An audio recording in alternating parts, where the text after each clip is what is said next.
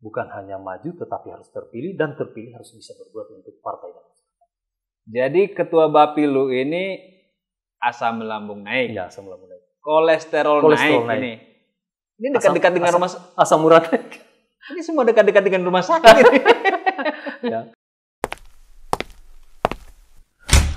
Selamat datang. Ini masa pandemi, banyak yang harus kita sesuaikan, termasuk masker. Ya. Kebiasaan juga mengikut semuanya ini. Tapi malam ini benar-benar gagah. Alhamdulillah. Di luar dari biasanya. Tapi jujur saya baru lihat malam ini penampilan begini. Agak jas ini kan formal, tapi dibalut dengan baju lebih kelihatan milenial, lebih kelihatan muda. Iya. Dan gagah memang. Iya, dan bajunya masih pakai biru. Oh. Biru yang sama atau biru yang beda ini? Kita lihat perkembangan. Karena kabar sehat. Ya, alhamdulillah baik, luar biasa. Aktivitas ini saya lihat padat sekali ya. Ya. Keliling terus, Baruga, Kambu, luar biasa. Ya. Butuh fisik yang kuat ya. Jadi ya memang di dalam menjalankan tugas keseharian di DPR itu tetap menjadi kewajiban kita. Tetapi dalam rangka yang menuju kepada perhelatan politik, ya kita harus membangun silaturahim dengan masyarakat di Kota Kendari. Tugas DPR atau dalam rangka pencalonan? Dua-duanya. Karena tidak bisa terhindarkan. Ketika kita bertemu dengan masyarakat, ya dua-dua kena. Ya, mempertanyakan peran kita, ya kemudian yang membuat kesepakatan tentang kira-kira seperti apa langkah politik. Ini mungkin yang dia bilang sambil menyelam air. Kita jalankan tugas reses, mengikuti kebutuhan yang lain. Mengikuti yang kebutuhan yang lain. Bagaimana situasi masyarakat sekarang kan? COVID ini kan membatasi ruang gerak. Iya. Jadi memang ini menjadi tanggung jawab kita secara bersama-sama kan, ketika kita ingin memutus rantai penyebaran ini, ya memang kita harus mematuhi segala petunjuk dari pemerintah baik pusat, provinsi dan Kota Kendari. Tetapi di sisi lain ada kebijakan-kebijakan yang butuh penanganan tersendiri. Contoh misalnya ketika kita diharuskan untuk berdiam diri di rumah, nah sementara aktivitas ekonomi kita harus berjalan. Nah inilah yang harus dipertemukan antara keinginan memutus dan konsistensi kita terhadap wilayah-wilayah pekerjaan. Pertentangannya besar, satu ekonomi, satu sehat, satu kesehatan, satu harus jalan, satu kurung. Saya kira seperti itu. Tapi di DPR ini yang sama dengan prestasinya kita 4 periode siapa nih? Belum ada. Kalau lolos Pak Ali. Oh ya, Pak Ali ini yang Golkar. Ya, itu dia 4 periode. Berarti rekor terlama? Iya, terlama. Pak Abrazak. Ya, dan belum pernah ada yang 2 kali jadi ketua DPR, baru saya. Kita? Iya, luar biasa. Alhamdulillah. Tidak banyak masalah yang bisa kayak begitu kan? Ya. Ngomong-ngomong ini kan banyak yang mengenal Pak Razak ketua DPR dan pencalonan. Ya. Tidak banyak orang mengetahui latar belakang sebenarnya. Banyak orang menggali sebenarnya tentang latar belakang, tapi ada beberapa cuplikan yang menarik dan sempat saya nonton. Ya. Pernah jadi tukang ojek? Alhamdulillah pernah. Luar biasa. Jadi itu tukang ojek kan gini. Tahun 2002 saya kan dikontrak Bank Dunia. Untuk program ada yang PPK, ada yang SLADP.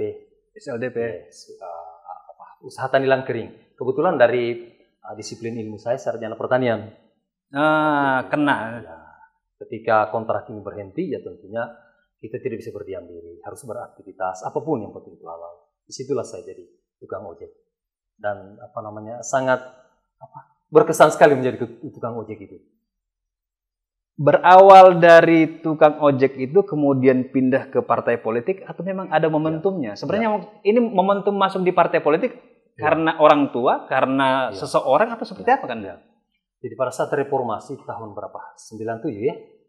97 ya, 98 waktu itu 98. Waktu itu Partai Amanat Nasional lahir. Ya, benar. Ya, lahir Partai Amanat Nasional di bawah di Provinsi Sulawesi Tenggara. Waktu itu Pak Andri Jupri, kalau saya tidak salah, Pak Saya Hopidani, kemudian saudara-saudara kita dari kepulauan. Waktu itu saya langsung masuk di PAN bersama orang tua, memang orang tua waktu itu. Orang tua. Ya karena kita termasuk pendiri di Sulawesi Tenggara Kota Kendari. Oh, begitu. Sama-sama Panur Alam 97. Nah, 97 itu 98 tahun 2000 kalau saya tidak salah saya menjadi ketua DPC. Masih gabungan Kecamatan Poasi ya waktu itu. Oh, belum dipisah. Belum dipisah. Abeli baru Kecamatan Poasi ya. Belum ada Abeli dan Kampung waktu itu. Kemudian berjenjang terus sampai terakhir di jabatan kami di Partai Amanat Nasional, saya menjadi ketua MPP, Majelis Pertimbangan Partai, mendampingi Pak Asrun waktu itu menjadi ketua DPD. Jadi Kakanda ketua MPP, ya. Majelis Pertimbangan Partai, mendampingi Pak Asrun. Yang saya itu wali kota ya. Wali kota, saya masih ketua DPR waktu itu. Beliau ketua. Oh iya. Berawal dari itu ya. Ya. Tapi saat itu, ini kan biasanya kalau partai baru kita hitung-hitung. Jangan sampai tidak lolos lah. Iya. Tapi mungkin karena banyak orang-orang besar yang ada. Iya. Jadi memang kan ketika kita masuk di wilayah politik, ya tujuan kita kan cuma dua. Menjadi legislator atau memimpin daerah, menjadi bupati atau wali kota. Nah pada waktu itu saya coba lihat tentang kondisi masyarakat kita. Memang cukup berat melawan waktu itu partai besar. PDI Perjuangan, Golkar. Oh iya. Termasuk P3 waktu itu. Sudah lebih dulu eksis kan? Ya, sudah lebih dulu eksis. Hadir partai-partai lain. Tapi kalau saya coba lihat, saya baca di masyarakat ternyata khususnya kaum milenial, kaum muda menginginkan perubahan waktu itu. Hadirlah Partai Reformasi waktu itu, Partai Amanat Nasional. Nah perjuangan politik kita waktu itu memang tidak mudah. Mudah. Ya, ketika kita ikut pemilu waktu itu cuma menghasilkan 1 kursi di Kota Kendari. Itu pun gabungan dari partai-partai Gurem. Nah keluarlah Pak Sae Hopidani waktu itu. Yang jadi anggota DPR langsung menduduki wakil ketua waktu itu. 1 kursi? 1 kursi. Tapi wakil ketua posisinya? Wakil ketua, karena gabungan dengan partai-partai. Oh iya. Waktu itu. Nah nanti periode 2024, saya ikut pencalonan. 2004. 2004? Ikut pencalonan. Alhamdulillah terpilih. Langsung terpilih? Terpilih. Tapi status itu belum jadi ketua DPR? Belum. Suara kurang lebih cuma 690 waktu itu. Pemula. Tapi sudah duduk ya? Ya, duduk waktu itu. Periode kedua, 2009. 300 ya. Dan periode ketiga yang cukup luar biasa. 2000... Saya hampir 4.000. 2009 ya? 2009. Hampir berapa? Hampir 4.000 suara pribadi. Dari 600? Dari 600 di awalnya. Ke 4.000? Dari 600 ke 1.000 lebih. 1.000 lebih? Dari 1.000 lebih ke hampir 4.000. 3.450. Itu pun banyak yang salah karena tata cara pencoblosan yang rumit. Bikin apa sampai bisa sedahsyat itu? Saya lihat intinya adalah menjaga. Karena pada saat kita jadi di periode pertama itu sudah tiket untuk periode berikutnya. Luangkan waktu, kemudian terima masyarakat, terbuka, dan usahakan cari solusi. Tidak ada manusia yang sempurna, paling tidak kita ikut bersama mereka dalam setiap permasalahan mereka. Permasalahan pribadi, permasalahan masyarakat, dan lain sebagainya. Saya kira itu yang perlu dijaga. Karena kan yang 2019 itu banyak incumbent yang berguguran. Banyak. Padahal kita sudah dapat tiket kan? Ya, seharusnya itu harus terpilih kembali. Kalau kita harus menjaga konstituen kita. Artinya kalau tidak terpilih kembali, berarti ada yang salah. Ada yang salah dari komunikasi politik kita. Jenjang itu kemudian yang membawa sampai ke perhelatan 2017 di Pilwali. Ya, alhamdulillah waktu itu. Tapi saat itu kan berlawanan dengan Pak Asrun. Ya. Sebenarnya kan waktu itu kan di dalam membangun kota ini saya cukup sinergi dengan Pak Asrun. Bahkan banyak kita hasilkan program-program yang sangat luar biasa. Artinya kan duet ini, Pak Asrun wali kota, Kakanda sebagai ketua DPR kan? Iya, dan Panur Alam sebagai gubernur waktu itu. Oh iya, trio jadinya. Iya, trio. Dan program-program provinsi waktu itu, termasuk kementerian yang berhubungan dengan hubungan kepartaian banyak di bawah di Kota Kendari. Salah satunya adalah Kedismarket. Oh iya. Kita dibantu waktu itu. Kemudian Pelabuhan Minggu Toko. Kemudian Auto Ring Road, kemudian Ini Ring Road. Itu kan program-program yang disupport oleh pemerintah provinsi, termasuk kebijakan pemerintah provinsi. Artinya itu kan bisa terjadi ketika kolaborasi antara legislatif dan eksekutif bagus. Iya. Kenapa tidak berbuah manis dengan dukungan di 2017? Apa sebenarnya intriknya sampai 2017 itu kita? Iya. Kalau saya bilang itu keluar dari skema yang ada. Iya. Biasanya kalau kalau di survei itu ada yang disebut yang apa? Kondisi anomali ya. Kondisi anomali. Jadi memang kesepakatan waktu itu sudah terjadi antara saya, Panur Alam dan Pak Asrun untuk coba membangun komunikasi dalam rangka menuju ke kewenangan kita masing-masing. Beliau waktu itu menyampaikan kepada kita bahwa beliau sudah cukup di daerah, ingin bermain di pusat. Kemudian Pak Asrul waktu itu ingin maju lebih jauh lagi menjadi gubernur. Kemudian waktu itu saya menggantikan beliau agar semua yang kita buat ini, pembangunan kita yang sudah ada ini berkelanjutan, karena kita memahami apa yang kita lakukan. Konstruksinya keberlanjutan ini. Artinya sebenarnya seperti itu. Ada tongkat estafetnya Ada nih. tongkat estafet. Tapi jenjangnya naik ke atas. Ya. Tapi tidak terjadi seperti yang kita bilang. Tidak terjadi seperti itu.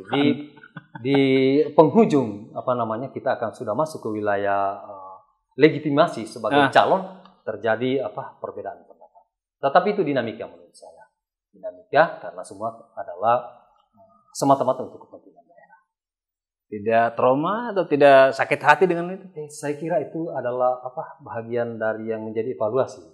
Ketika kesepakatan ini tidak terjadi, berarti ada yang salah, apa dari saya atau dari siapa, atau mungkin ada kondisi-kondisi lain. Nah, sebentar, Kanda. Kira-kira siapa yang salah ini?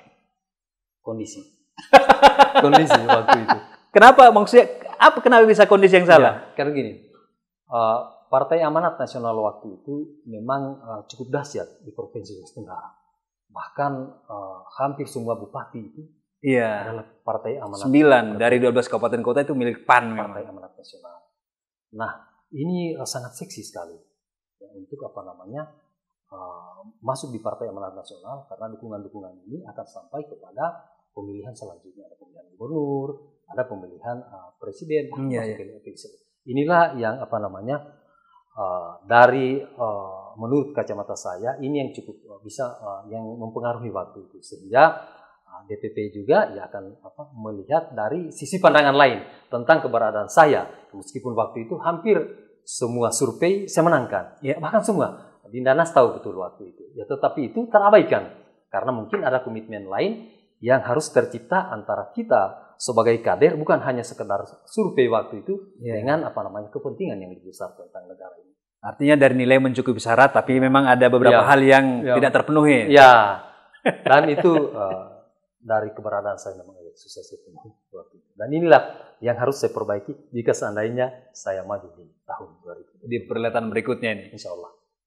Bertugas sebagai anggota DPRD fraksi Nasdem. Bagaimana hubungan dengan Pak Wali Kota? Kan secara kelembagaan kita ini mitra. Mitra. Kemudian menjalankan tugas-tugas tentunya ada wilayah-wilayah alat kelengkapan yang disebut komisi. Tetapi ketika kita ingin melakukan hubungan-hubungan di luar dari persoalan alat kelengkapan tentang kebijakan bersama yang akan kita laksanakan, ada yang disebut dengan praksi. Karena praksi adalah perwakilan partai politik. Nah, disinilah hubungan-hubungan yang kadang-kadang memang butuh pemahaman. Nah, ketika ada kebijakan daripada pemerintah Kota Kendari yang menurut praksi Nasdem ini bertentangan dengan kepentingan orang banyak, menyalahi aturan, atau kemungkinan lari daripada visi misi, di sini kita harus punya sikap yang tegas. Jadi alhamdulillah sampai hari ini saya sebagai ketua praksi Nasdem di dalam menjalankan tugas-tugas membawa teman-teman bertiga selalu konsisten dengan tugas hubungan kita sebagai partai, kemudian intervensi kita di dalam melakukan kritisasi terhadap kebijakan dari pemerintah. Dalam bentuk saran, kalau dalam bentuk pokir terakomodir tidak ini? Sebenarnya ini pokir adalah bahagian dari hubungan kemitraan. Hubungan kemitraan. Karena anggota DPR ini dipilih oleh masyarakat secara langsung. Tentunya kan ada janji politik. Janji politiklah ini yang ingin kita dimudahkan sedikit untuk mengakomodir program-program yang tidak terlalu besar. Kan program itu kan ada 3 pendekatannya.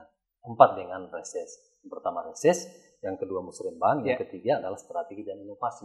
Nah, ketika ini terakomodir, bagaimana dengan reses kami? Nah, alhamdulillah sampai hari ini pokir berjalan dengan bagus, dan kita perlu apresiasi pemerintah Kota Kendari untuk memberikan ruang terhadap teman-teman.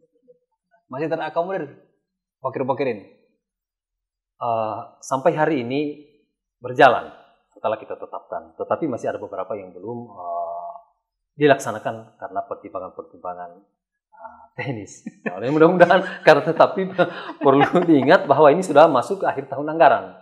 Akhir tahun. Akhir tahun. Ini perlu perubahan. perlu disikapi oleh Pemda. Nah, ketika program ini tidak cepat dilaksanakan baik administrasi ataupun pekerjaan fisiknya, ini kan akan merepotkan kontraktor saudara kita. Ya, karena mereka juga tidak mau masuk ke wilayah-wilayah yang bertentangan dengan tata aturan main. Jadi ini harus disikapi.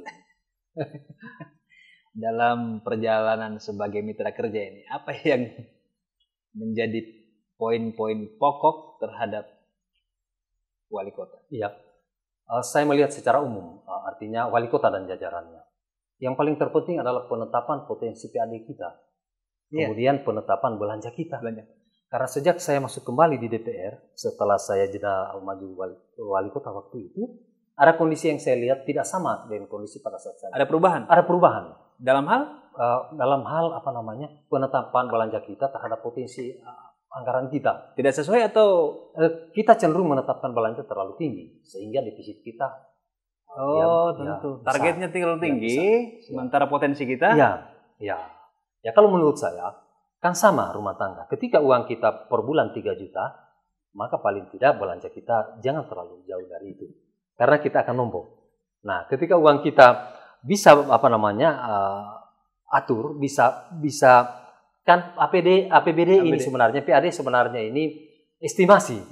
Estimasi terhadap potensi. Benar. Terhadap potensi. Jadi, kalau yang pertama adalah kita tetapkan dulu potensi kita sesuai kondisi real yang ada.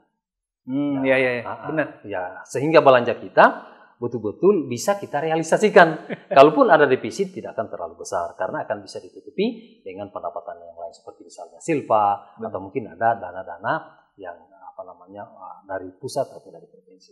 Ya, dalam bentuk DAK atau apa? DAK, dana dekon, bagi hasil. Nah, sekarang dalam pandangan Akanda sebagai anggota DPR, apa masalah krusial saat ini yang kita hadapi di Kota Kendari khususnya? Kalau saya ada 3. Yang pertama memang kita harus mendorong ekonomi masyarakat, peningkatan ekonomi masyarakat. Apalagi pandemi COVID ini kan mengikat orang semuanya. Kemudian yang kedua maksimalisasi air bersih kita. Kemudian yang ketiga infrastruktur dasar kita, termasuk penanganan daerah-daerah rawan banjir. Itu dulu yang harus kita selesaikan karena ini menjadi kebutuhan dasar masyarakat. Nah, ketika kita ingin mendorong, kan di visi misi itu kan ujung-ujungnya adalah penurunan angka kemiskinan, kemudian penciptaan lapangan kerja, kemudian membuat infrastruktur yang memadai. Nah, bagaimana itu mau terjadi peningkatan penurunan angka pengangguran, penurunan angka kemiskinan kalau masyarakat kita tidak punya pekerjaan yang bisa menjamin kehidupan. Artinya tidak ada dasar untuk meningkatkan ekonomi. Tapi di Agustus kan kami itu survei. Salah satu harapan terbesar masyarakat kepada anggota DPR ini di masa pandemi ini adalah bantuan sosial dalam bentuk barang dan uang tunai. Skema ini berjalan tidak di tahun ini? Kalau saya itu tadi yang saya sampaikan adalah pandangan yang lebih jauh ke depan tentang kota. Bukan berbicara tentang pandemi ini, karena pandemi ini kita tidak tahu berlanjut dan skalanya seperti apa atau berhenti. Seperti itu berarti program ini adalah program yang yang tiba-tiba muncul. Karena boleh dilihat pada saat kita penetapan APBD di tahun 2019 kalau saya tidak salah, itu belum ada membicarakan pandemi.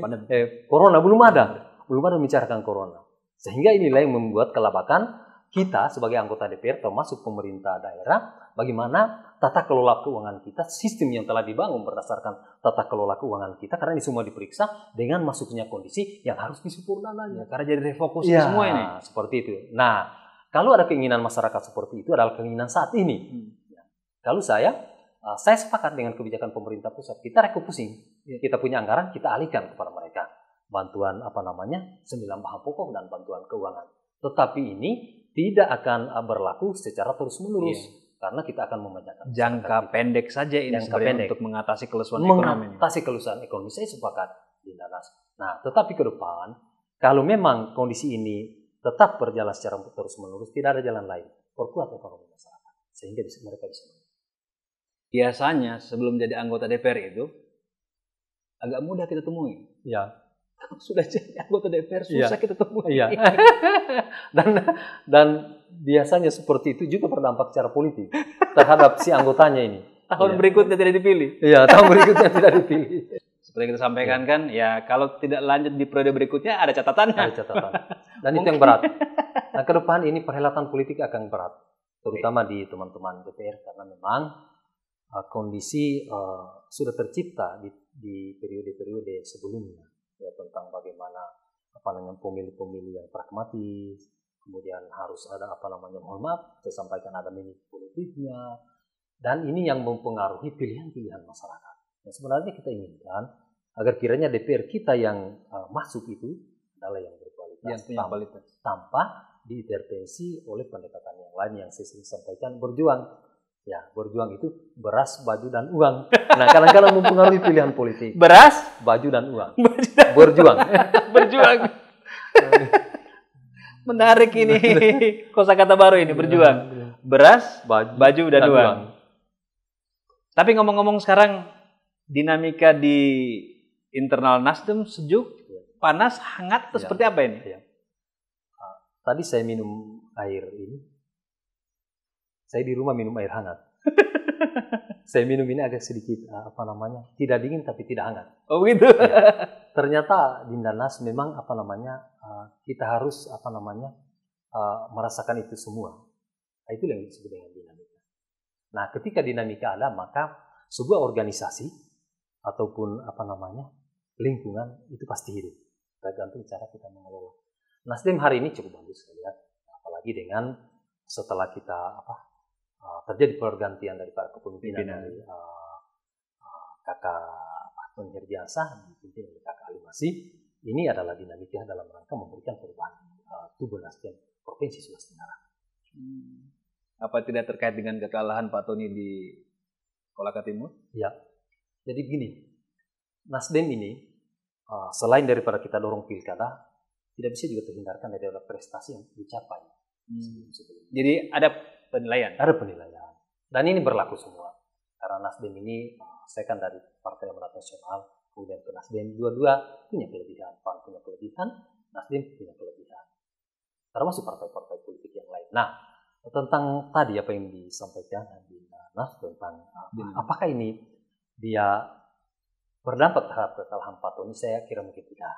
Ya, karena saya dulu kala di pilkada, di usung Nasdem, langsung bukan ditempatkan di tempat yang, tapi saya menempati posisi yang strategis, yaitu menjadi ketua Bapilu. Nah, ketua Bapilu itu dengan jajaran kepengurusan yang ada di tingkat Nasdem yang dinahkodai oleh Pak Tony, kita cukup menoreh prestasi. Ya, anggota DPR kita belum ada waktu itu DPR RI. Kita ciptakan satu di kepemimpinan Pak Tony, Ibu Tina.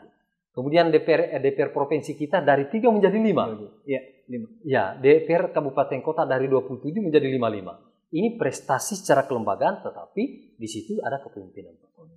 Dan kami sebagai ketua Bapilu. Jadi kalau ada ke depan misalnya ada yang mau masuk di ketua Bapilu misalnya, ya harus mengukir prestasi seperti itu yang pernah kami lakukan. Nah, inilah dinamika yang berunsur kepada nilai-nilai positif. Dan itu memang terjaga di Nasdem? Terjaga, alhamdulillah. Secara struktural dan dinamika politik, apa perbedaan antara masa di PAN dan di Nasdem? Ya, kan partai politik sebenarnya itu adalah organisasi, ya kalau boleh saya katakan mirip-mirip organisasi kekeluargaan. Yang ada adalah komunikasi, sehingga tercipta kenyamanan. Ya, kalau di Partai Amanat Nasional, karena partai reformasi waktu itu, ya tentunya memang gerakan-gerakan yang dibangun adalah gerakan-gerakan reformasi itu sendiri. Alhamdulillah ketika di Nasdem, karena lahir setelah reformasi, salah satunya adalah bagaimana betul-betul hadir di era yang sekarang ini, yang dibutuhkan restorasi dari semua sisi. Jargon Nasdem restorasi untuk Indonesia. Salah satu yang dikeluarkan adalah politik tanpa mahar. Dan saya rasakan. Memang tidak ada mahar? Ya, tidak ada sama sekali. Saya sedikit bercerita tentang bagaimana saya ambil rekomendasi saya waktu itu. Jangankan membayar mahar. Meterai 6.000 itu, saya mau beli sendiri mereka. Jangan, partai yang siap. Luar biasa. Materai diberikan partai. Diberikan partai waktu itu di Nasdem. Tidak diserahkan kepada calon untuk isi. Tidak. Luar biasa. Dan kita dijamin minum kopi, makan sepuasnya. Ya, saya pikir ini adalah gebrakan dari Bapak Surya Paloh yang sangat luar biasa. Yang mudah-mudahan tercapai. Ini kultur baru yang tidak didapatkan di PAN atau memang sudah menjadi SOP di Nasdem? Intinya kan Nasdem kan restorasi, perubahan, perubahan dari berbagai sisi, dari yang dulu melenceng dari yang menjadi tujuan-tujuan daripada kenegaraan kita, ya kita kembalikan seperti itu sehingga kembali kepada tujuan daripada lahirnya partai politik dalam rangka mendukung daripada keberadaan negara kita. Nah, olehnya itu kalau berbicara tentang apa yang dilakukan Nasdem yang berbeda dengan Partai Amanat Nasional, ya memang waktu itu ya mungkin eranya berbeda. Ya, yang saya sudah sampaikan tadi bahwa PAN hadir di reformasi, kemudian Nasdem hadir setelah reformasi. Nah, setelah reformasi, nah itulah tadi lahirlah di dalam membaca dinamika, membaca kondisi masyarakat kita tentang wilayah perpolitikan di seluruh Indonesia. Kita harus mengeluarkan sebuah kebijakan baru. Apa itu? Politik tanpa mahar. Jadi bukan berarti Nasdem langsung lahir politik tanpa mahar. Pilkada tanpa mahar, tidak. Tetapi di dalam perjalanan keberadaan Nasdem, melihat kondisi, keluarlah kebijakan seperti itu, menjawab kondisi yang ada. Itu sebuah terobosan sebenarnya. Dan memang saya dinamika di Nasdem ini agak sedikit berbeda dengan situasi dengan partai-partai yang lain. Ya. Praktik sudah berapa lama di Nasdem kan? Saya 2017 ya, saya langsung masuk 2017. Langsung setelah itu strukturnya di Ketua Bapilu. Ketua Bapilu. Ya. Sampai hari ini. Sampai hari ini. Apa yang menjadi tanggung jawab sebenarnya di Bapilu? Bapilu sebenarnya ini kan Badan Pemenangan Pemilu.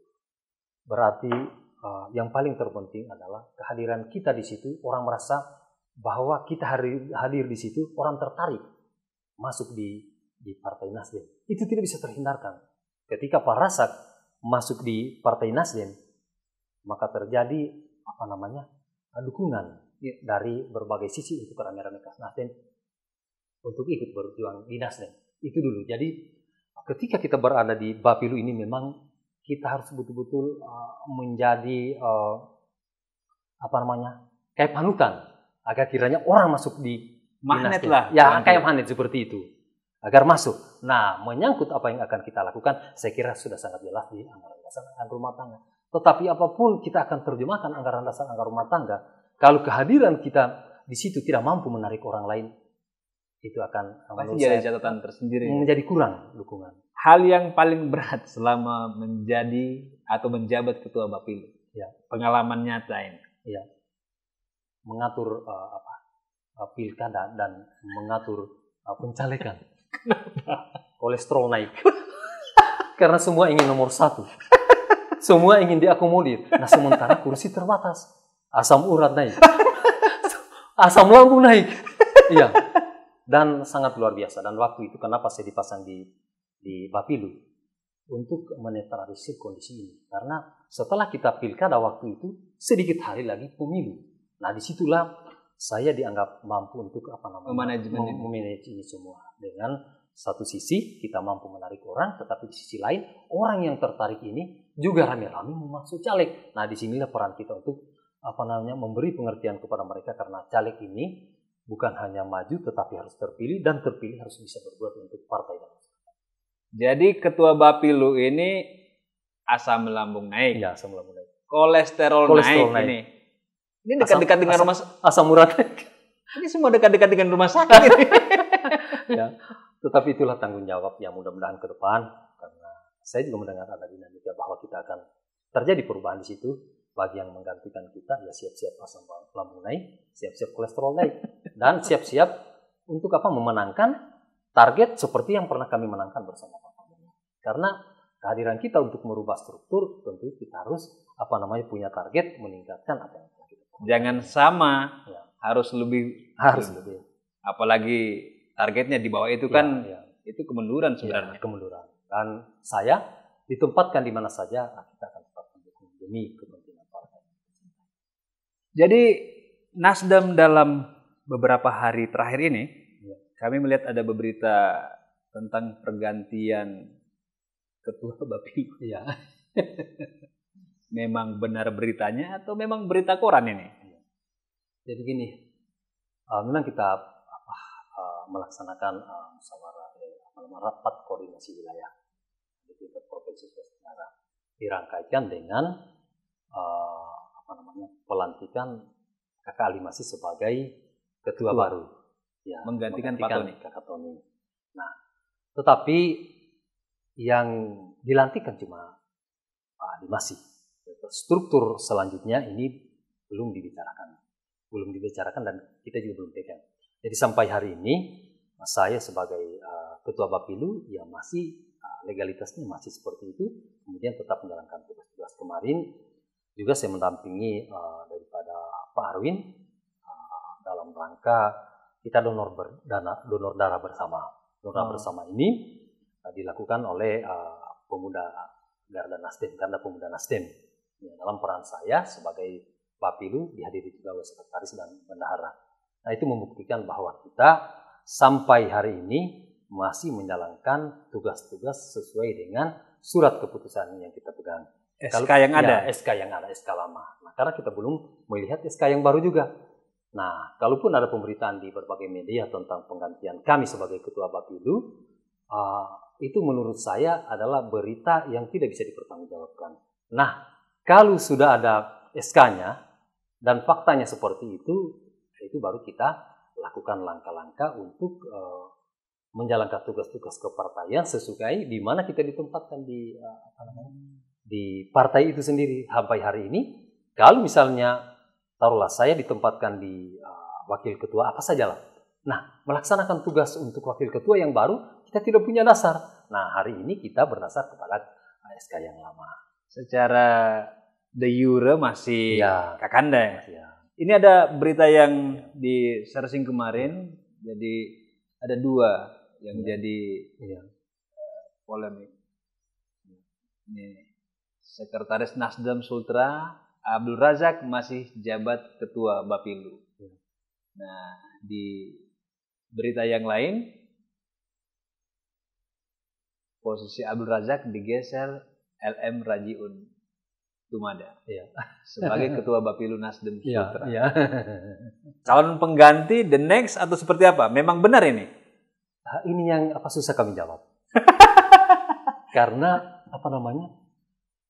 penggantian seperti ini dan statement kita di media itu harus punya dasar.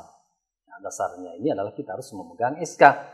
Nah, karena ini juga sebagai wujud komitmen kita di partai dalam rangka menjaga tata aturan main. Nah, olehnya itu, kalau statement dari Pak Sekretaris, Pak Iksan, yaitu saya hormat karena beliau masih posisi sekretaris juga. Ya, tetapi pertanyaan kita, statement tentang penggantian saya, siapa yang membuat statement, kemudian dari mana sumbernya? Kan itu, dari mana sumbernya. Jadi yang dimuat di berita beberapa waktu terakhir ini memang bukan dari kepengurusan? Bukan. Atau dari Pak Aliman sendiri? Belum ada. Bukan juga, tapi statement yang tetap menyatakan saya masih tetap sebagai ketua Bapilu adalah sekretaris itu sendiri. Yang juga kita tidak tahu apakah di struktur baru ini masih sekretaris atau seperti apa. Tetapi pada intinya kami sebagai petugas partai dimanapun kita ditempatkan kita siap menjalankan. Tetapi ketika struktur ini dibuat untuk mendukung kepemimpinan Pak Ali Masih. Dengan artian target-target politik kita ke depan jangan mundur. Harus bertambah daripada capaian proyek kita di tahun-tahun sebelumnya. Baik, apakah nanti misalnya ini terjadi, benar-benar dilakukan restrukturisasi kepengurusan, Kakanda tidak berada di wilayah Bapilu lagi. Iya. Ini mengganggu tidak irama 2024? Iya, jadi memang partai politik adalah media kita. Ya.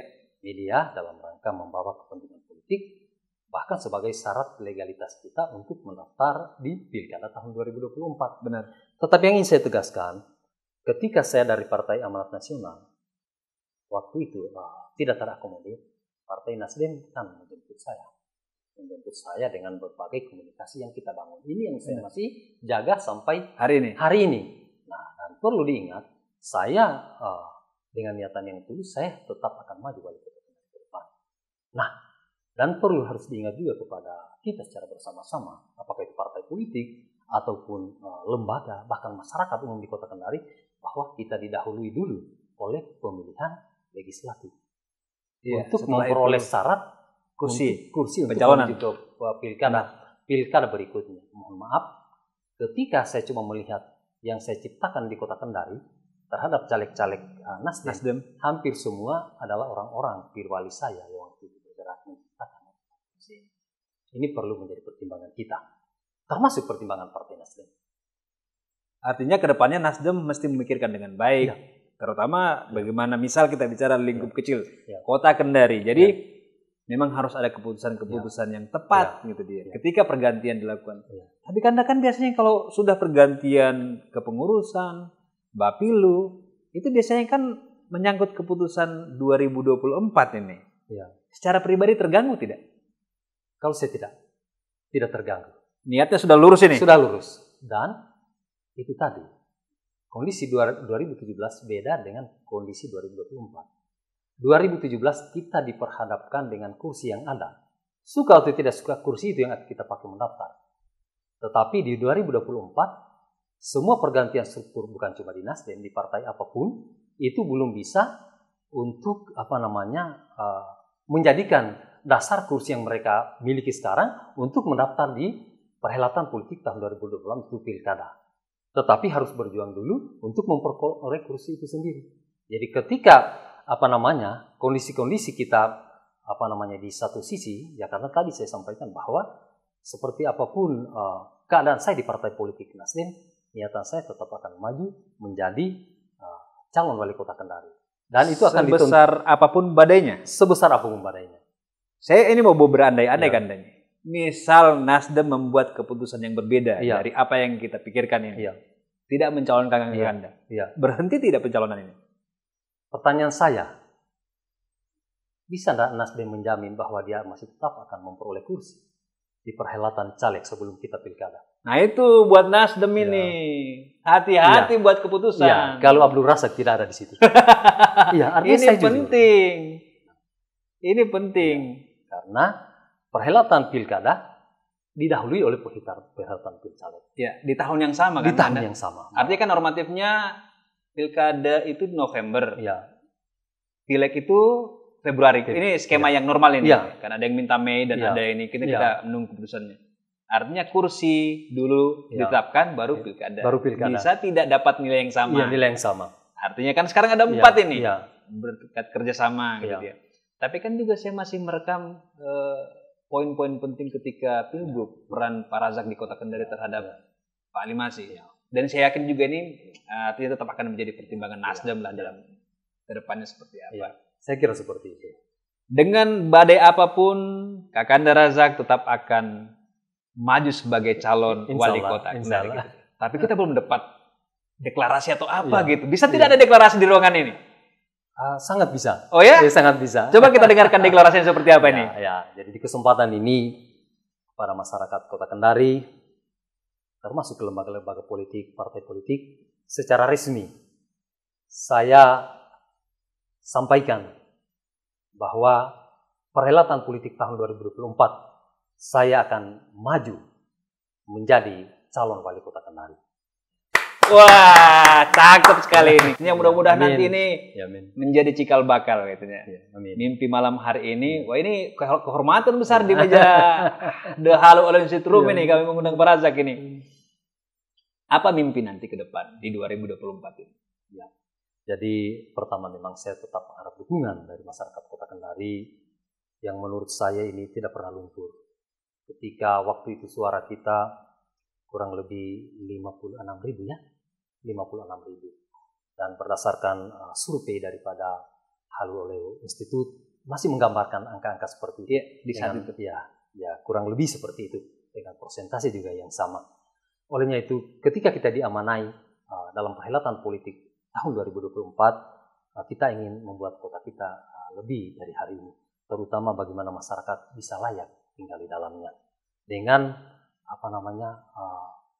bisa melakukan aktivitas ekonomi yang lebih baik dari hari ini. Kemudian dukungan infrastruktur yang memadai tercipta stabilitas di Kota Kendari, sehingga Kota Kendari diminati oleh siapa saja yang akan datang di Kota Kendari sebagai kota dambaan masa depan Provinsi Sulawesi Tenggara. Kalau boleh saya dapat bocoran, Ya. niat maju sebagai insya Allah calon wali kota ini, Ya. siapa pendamping? Di perhelatan politik memang kadang-kadang butuh konsistensi, ya, kemudian butuh strategi. Nah, hari ini saya berjalan dengan saudara saya, Bapak Insinyur Andi Suloliku. Setelah 2 tahun saya bersama-sama di DPRD Kota Kendari, saya anggap cukup bisa membawa kepentingan masyarakat. Berduet ini? Ya, berduet. Dengan mengabaikan hal-hal lain yang bisa menjadi berdampak kepada beliau, terutama hubungan-hubungan dengan pemerintah yang ada. Karena kritisasi kadang-kadang kita lakukan, ini sering mendapat tantangan dari berbagai sisi. Tetapi beliau tetap jalan terus demi kepentingan masyarakat. Ini yang saya lihat ada sama beliau. Ada chemistry yang sama ini? Iya. Kemudian saya tampil dengan pemahaman yang cukup di DPR. Ya, saya bisa memberikan masukan-masukan kepada beliau. Dan kita berkeyakinan kalau duet ini dilanjutkan di pemerintahan selanjutnya, ini akan memberi kemaslahatan untuk masyarakat. Ada nuansa baru nanti ini? Ya, saya kira seperti itu. Dengan dua warna yang kita satukan. Ini kan kita sebenarnya sudah secara pribadi kita kan melakukan tracking di media nih. Iya. Jargon asli itu karena ada yang palsu atau seperti apa? Sebenarnya ini yang ingin saya jelaskan. Dinda Nas, asli sebenarnya itu intinya adalah Abdul Razak Andi Suloliku. Oh, ya. Akronim? Iya, akronim. Tetapi intinya asli adalah ketika kita berada di asli, berjuang bersama asli, berarti betul-betul kita memperjuangkan kepentingan masyarakat. Kalau kita membuat janji, betul-betul asli kita akan tepati. Kalau kita membuat program, betul-betul asli kita akan tindak lanjut berdasarkan ketentuan yang ada. Jadi asli itu bukan asli atau palsu, tapi intinya adalah komitmen dan konsistensi yang ada pada Abdul Razak dan Bapak Andi Suloliku. Baik.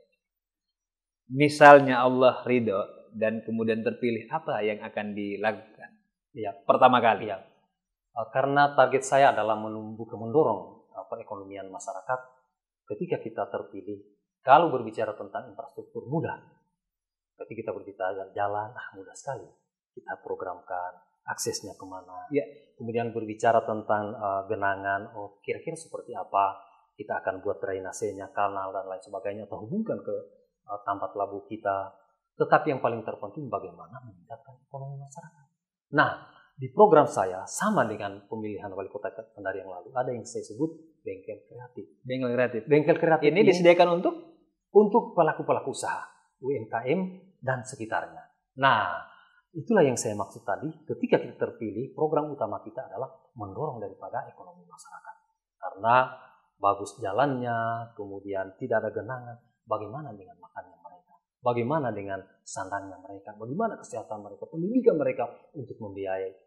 Kata kuncinya, perbaiki ekonomi mereka. Nah, pada saat kita terpilih, program 100 hari kita data pelaku-pelaku UMKM yang sudah ada, kemudian potensi yang akan tumbuh. Setelah kita dapat datanya, maka tindak lanjuti melalui RPJMD kita, kemudian turunkan melalui RKPD masing-masing dinas, bawa mereka ke bengkel kreatif. Setelah selesai bengkel kreatif, kasih mereka permodalan, beri mereka sertifikat, dorong di lapangan, ciptakan lapangan kerja di lapangan. Nah, ini baru akan tumbuh ekonomi di Kota Kendari. Ini udah kampanye awal, Pak. Ya. Tapi itu yang ada di pemikiran saya, Pak Nas. Karena ini percakapan yang menarik. Tapi sejujurnya, apa yang ditakutkan oleh seorang Kakanda Abdul Razak di perhelatan Kanda? Ya. Perolehan suara kita yang lalu cukup signifikan. Bahkan di survei-survei seminggu. Yang terakhir kan kita survei juga itu. Nilainya masih sama lah sebenarnya. Ya, sama dan cukup jauh. Tetapi faktanya kita kalah. Nah, olehnya itu saya sangat mengkhawatirkan ke depan ada permainan-permainan di luar daripada ketentuan yang ada. Nah, olehnya itu saya berharap kepada termasuk lembaga-lembaga survei, masyarakat secara umum, kemudian pemerhati, termasuk penyelenggara agar kiranya kita konsisten di dalam menjalankan tugas-tugas kita, sehingga pilkada kita laksanakan dengan pilkada yang betul-betul berintegritas, menghasilkan pemimpin yang berintegritas sehingga kita dapat buahnya juga nyaman. Pertanggungjawabannya kepada masyarakat, pertanggungjawabannya kepada Allah Subhanahu wa Ta'ala. Ini diskusi yang menarik, yang saya rasa perlu didalami lebih jauh. Kita sudah ngobrol kemana-mana ini 2017, masa lalu. Saya rasa ini momen yang menarik. Mudah-mudahan nanti ada waktu lagi kita ngobrol. Siap terus. Untuk hal yang lebih jauh dan detail. Walaupun memang perhelatannya kan 2024. Saya rasa momentum ini sudah akan ada di awal-awal 2022 ini. Nanti dinamikanya kita lihat, termasuk nanti dinamika di Nasdem ini. Kita mau tunggu dinamika di Nasdem seperti apa nih ujungnya. Termasuk penggantian saya. Saya masih tunggu SK-nya. Kakanda, ini kehormatan sudah hadir di tempat kami. Terima kasih banyak memenuhi undangan kami, karena beberapa yang lain itu juga mungkin masih ragu. Sama-sama. Nanti kita ketemu di edisi yang berikutnya lagi. Terima kasih.